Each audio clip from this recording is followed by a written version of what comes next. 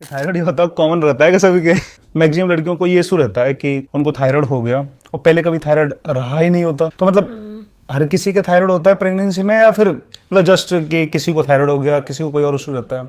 Normal pregnancy जो होती है उसमें थायराइड नहीं होता है। नॉर्मल प्रेगनेंसी का मतलब है कि वो अनकॉम्प्लिकेटेड है, उसमें कोई भी कॉम्प्लिकेशन नहीं होगा, मतलब कोई भी परेशानी वाले इशू कोई भी नहीं आएगा उसमें। वो होती है नॉर्मल। मतलब ये जो थायराइड रहता है ये परमानेंट वाला रहता है जस्ट कि मतलब कुछ शॉर्ट टाइम के लिए? डिपेंड करता है। प्रेगनेंसी अपने आप में एक इमरजेंसी स्टेट है बॉडी के लिए, क्योंकि बॉडी एक नई जान बना रही है खुद में से ही, तो उसकी जितनी भी कैपेसिटी है वो सब बढ़ जाती है। जैसे कि खून का, ब्लड का वॉल्यूम बढ़ जाता है, किसी भी काम करने की क्षमता बढ़ जाती है। नहीं, एक चीज ये भी तो होती है ना कि जैसे थायराइड ये होता है, मतलब ये ज्यादा हार्मफुल होता है कि मतलब जस्ट हार्मफुल ऐसा होता है कि बस ये है कि एक तो थायराइड वैसा होता है जिसमें हाइपरथायराइडिज्म आता है, एक वो होता है, ये उनसे अलग होता है या फिर उसी का कोई पार्ट है? थायराइड कई तरह का होता है, लेकिन उसमें मेन कैटेगरीज जो जनरल पब्लिक को जो पता है वो दो हैं। एक है हाइपोथायराइड, एक है हाइपरथायराइड।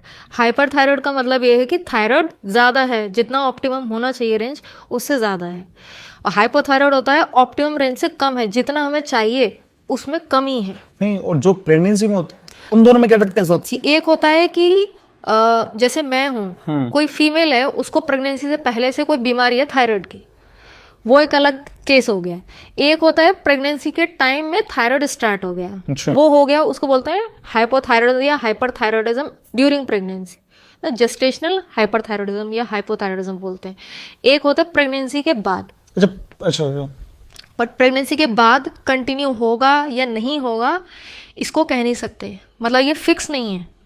किसी को पहले से थायराइड है, उसका वो दो प्रेगनेंसी के टाइम में थायराइड रहेगा क्योंकि उसको ऑलरेडी है वो बीमारी। लेकिन किसी को पहले से बीमारी नहीं है, फिर प्रेगनेंसी के टाइम में वो बीमारी बन गई, प्रेगनेंसी की वजह से वो बीमारी बन गई।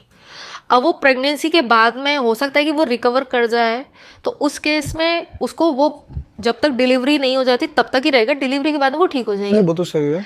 कुछ केसेस में क्या होता है, वो बीमारी आगे भी बढ़ जाती है क्योंकि शायद बॉडी इसको रिकवर नहीं कर पाई, या फिर नहीं, जैसे ये थायराइड जिनको पहले से था और उनके लिए प्रेगनेंसी कंसीव करने में कोई दिक्कत होती है कि? हाँ दिक्कत होती है। हाँ। थायराइड एक बहुत ही इंपॉर्टेंट हार्मोन है हमारी बॉडी का, जो कि सिर्फ ये नहीं कि वो सिर्फ आयोडीन को स्टोर करके और थायराइड से बाकी के फंक्शन करता हो। वो थायराइड हमारा, क्योंकि एडल्ट है, एडल्ट में ग्रोथ हार्मोन का कोई ज़्यादा काम नहीं है, लेकिन थायराइड ग्रोथ पे काम करता है, मतलब ग्रोथ बढ़ाता है शरीर की, इसलिए बच्चों में ज़्यादा इंपॉर्टेंट है। अगर जैसे जैसे अगर किसी इसी में इम्पोर्टेंट। जैसे अगर किसी लेडी को पहले से थायराइड था और अब उसको प्रेगनेंसी मतलब वो कंसीव कर लिया उसने बेबी, तो मतलब ये बताओ कि उसको थायराइड की जो दवाइयाँ पहले चल रही थी क्या उसको कंटिन्यू करनी चाहिए? हाँ, या फिर थायराइड की बंद कर देनी चाहिए क्योंकि उसके साथ तो फिर और भी मेडिसिन मिलेंगी? कंटिन्यू की जाती है थायराइड की दवाई, इसलिए की जाती है क्योंकि जब कोई भी फीमेल जिसको थायराइड है वो अगर कंसीव कर रही है, तो कंसीव करने के टाइम जो बेबी है उसका पास थायराइड अभी ग्लैंड नहीं है, नहीं बना है, तो वो मदर से ही लेगा थायराइड। अपना काम करने के लिए मदर से ही थायराइड जाएगा। अब थायराइड मदर से जाए तो मदर में खुद भी कमी आएगी, तो ये ऑप्शन है, या तो मदर ऑलरेडी कमी थी उसमें जिसको वो बाहर से सप्लीमेंट्स लेकर के, थायराइड की दवाइयाँ लेकर उसको मेंटेन कर रही थी। अच्छा, जैसे थायराइड उसको 9 मंथ तक रहता है, और तो मतलब ऐसा तो नहीं रहता कि जिसके थायराइड था उसके नॉर्मल डिलीवरी नहीं होगी? ऐसा नहीं, ऐसा कोई मतलब मिसकंसेप्शन तो नहीं कि मतलब लोगों का रहता है कि यार थायराइड है इसके? अच्छा, थायराइड है या नहीं है, वो उससे कोई फर्क नहीं पड़ता? नहीं। थायराइड से फर्क ये पड़ता है कि कंसीव अगर हो गया है, कंसीव होने में दिक्कत आ सकती है, हो सकता है कि कंसीव नहीं, वो नहीं, जिसके हो गया, जिसको हो गया उसमें ये दिक्कत आई कि वो कंसीव तो हो गया लेकिन आगे प्रोग्रेस नहीं कर रही, मतलब आगे बढ़ नहीं पा रही, क्योंकि वो करने यूजन ये भी हो सकता है कि जैसे थायराइड मदर को था हाँ तो बेबी को भी हो सकता है क्या? हो सकता है, ये कंफ्यूजन रहता है। लेकिन हाँ, ये तो क्योंकि हर किसी मदर की हो सकता है और उनको तो ये भी डर रहता है कि मेरे प्रेगनेंसी में था कहीं बेबी को ना हो जाए। हाँ, अगर प्रेगनेंसी के टाइम में किसी को थायराइड स्टार्ट हुआ है, नहीं, ये वाला थायराइड हम उस थायराइड की बात कर रहे हैं जो पहले ऑलरेडी है, हाँ ऑलरेडी है, तो अब उसके बेबी होने के चांसेस मतलब हैं कि नहीं है? उसके बेबी होने के चांसेस हैं, अच्छा, कुछ परसेंट हैं, क्योंकि थायराइड जेनेटिक भी हो सकता है, थायराइड जेनेटिकली होता हो सकता है। है? अच्छा, वैसे लेकिन होगा ये जरूरी नहीं है, हाँ। नहीं होगा ये भी जरूरी नहीं, जो नॉर्मल प्रेगनेंसी वाला होता है उसमें तो ना के बराबर चांस होता है, उसमें नहीं होगा, उसमें बिल्कुल हो गया नहीं है। हाँ, क्योंकि ऑलरेडी मदर को भी नहीं है और ड्यूरिंग प्रेगनेंसी भी नहीं है, तो बेबी को नहीं होगा। जैसे मदर को थायराइड होता है उसका पता कैसे चलता है? क्योंकि मैक्सिमम हर एक लेडी टेस्ट कराने नहीं, बट पॉसिबल नहीं है कि वो करा पाए। कुछ लोग अवेयर होते हैं तो वो तो करा लेते हैं और उनको पता चल जाता है। ऑलरेडी किसी को पता नहीं होता है। जब कोई भी फीमेल कंसीव करती है तो उसको कुछ कुछ परेशानियां होती हैं जिसको परेशान होकर के वो डॉक्टर के पास जाइए दिखाने कि मुझे ऐसे ऐसे प्रॉब्लम्स हो रही हैं, तो उसको जैसे पता चला कि हाँ प्रेगनेंसी है प्लस थायराइड की कमी है, हाँ, मतलब इसलिए आपको ये परेशानियां हो रही हैं।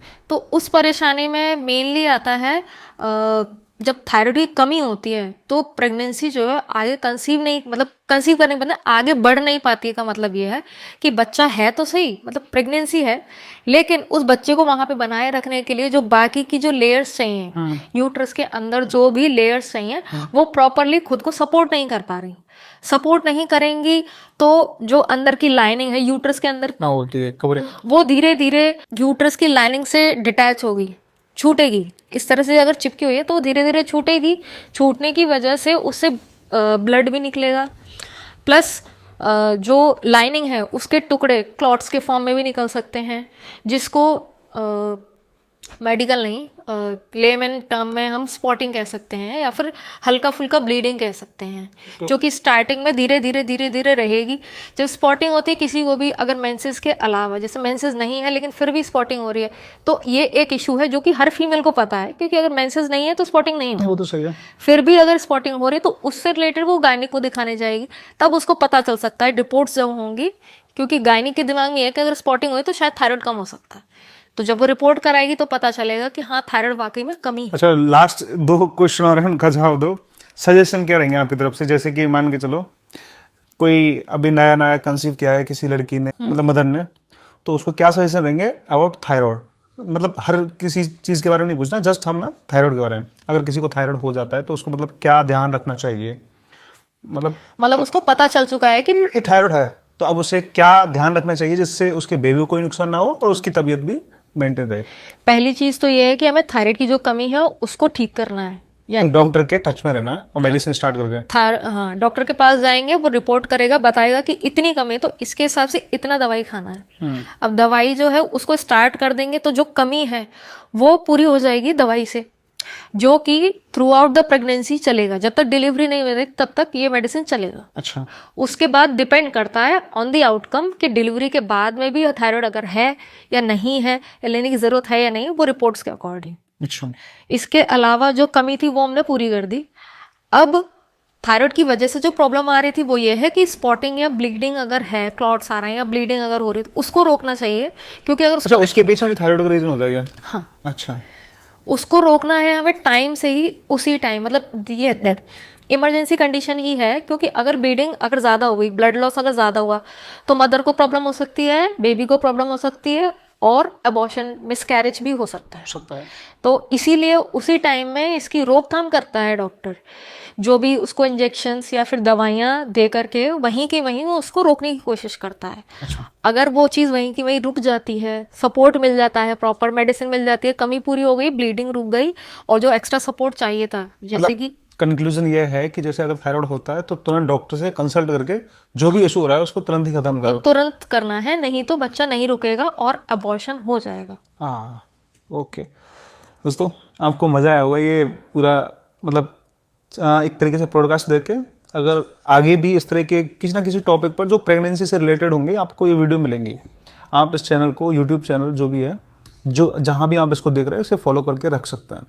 अगर आपको कोई सवाल है फिर भी तो आप कमेंट कीजिए, उसका जवाब हम देने की कोशिश करेंगे। Thank you.